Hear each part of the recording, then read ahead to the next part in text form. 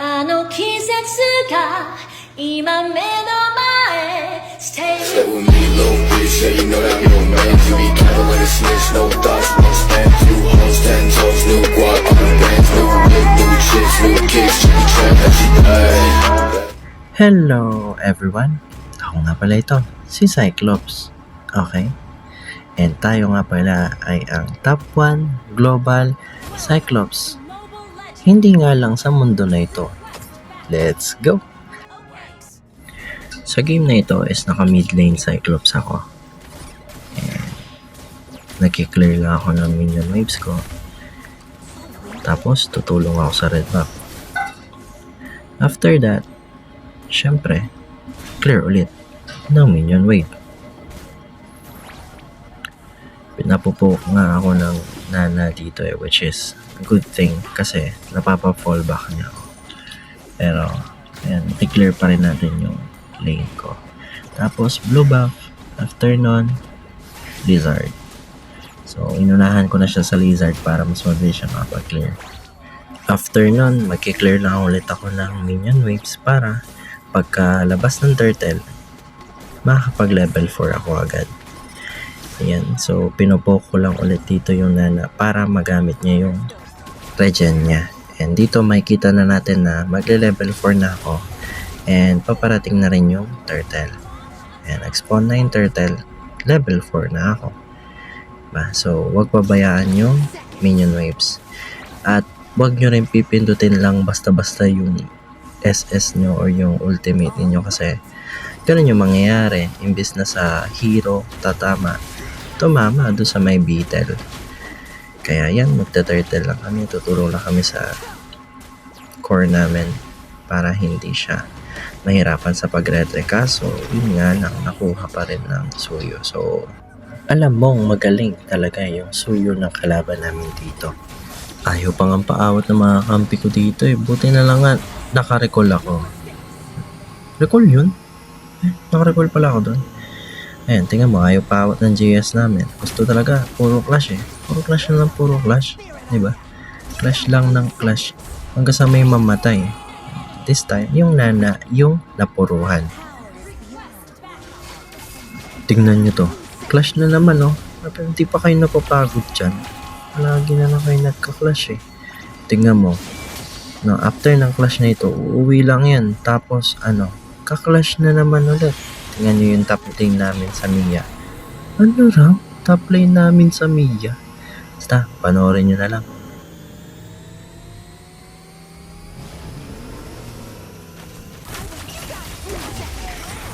O, diba?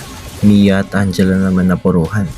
Kaya sa game na ito, talagang puro clash na yung makikita mo Kasi nga, highlights, diba? Tapos bigla, uy! Recall ulit. Nag-recall pala ako doon.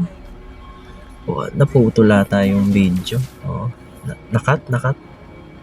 Kinat mo, editor. Okay, nat.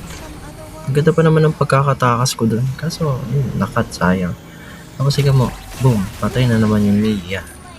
Parang ayaw na papag-ML ng mga kakampi ko yung Mia. Tinarget lock ba naman? Tapos, ayan. Unli clash talaga dito. Ano ba? Puro na lang clash. Wala ba?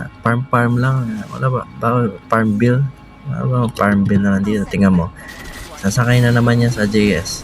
Tapos, target niya na naman yung Mia. Diyos ko, kapag ML nyo naman yung Mia, kakabuhay lang yan. Tapos namamatay na naman.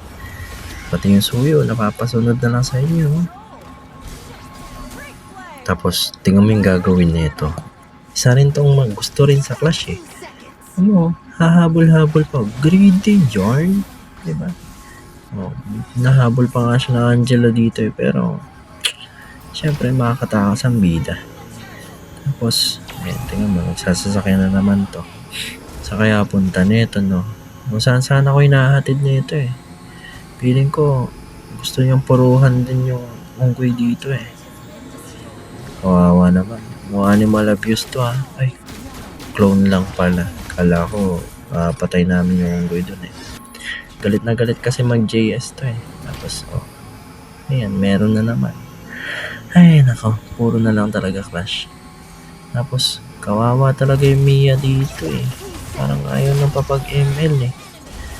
So, Angela rin sana, kaso wag na lang, diba? Dapat matuto tayong Lilo ba? Ganun. Pero, syempre, joke lang yun. Palag lang ng palag. Buti nga may revitalize siya. Kundi, patay na naman siya doon, diba? Sayang. Pero, hindi namin papatakasin yan.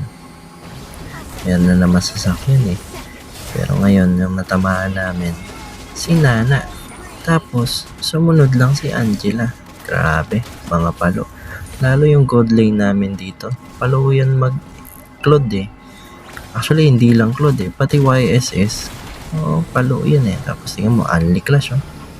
Tingnan mo yung gagawin ng JS namin dito.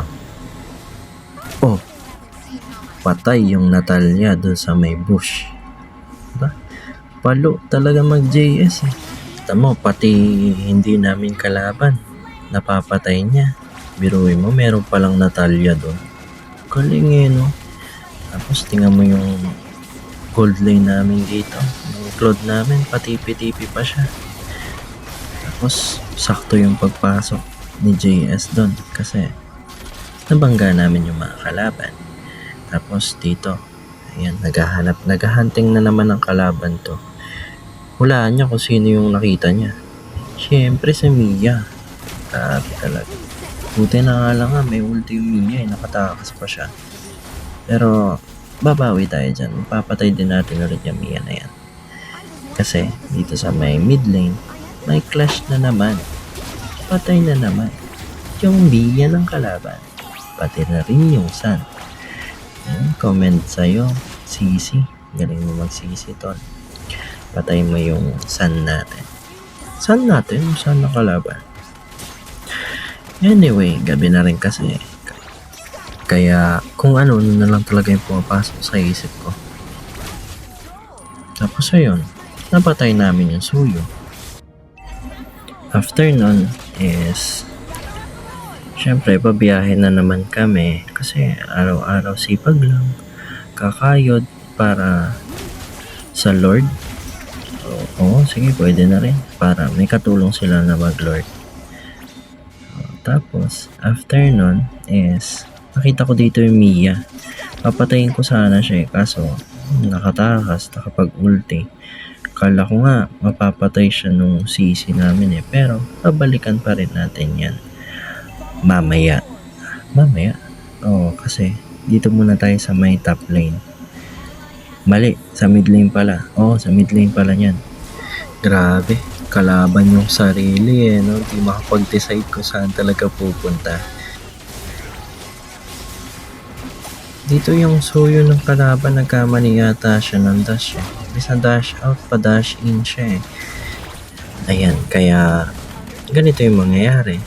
Ay end na namin yung game kasi lahat naman din sila patay. So, wala rin kami ibang gagawin dito. Gusto ko pa mag-flicker eh, para lang sana to sa may Nana eh. Kaso, yun, mamamatay din pa rin naman siya sa game na ito.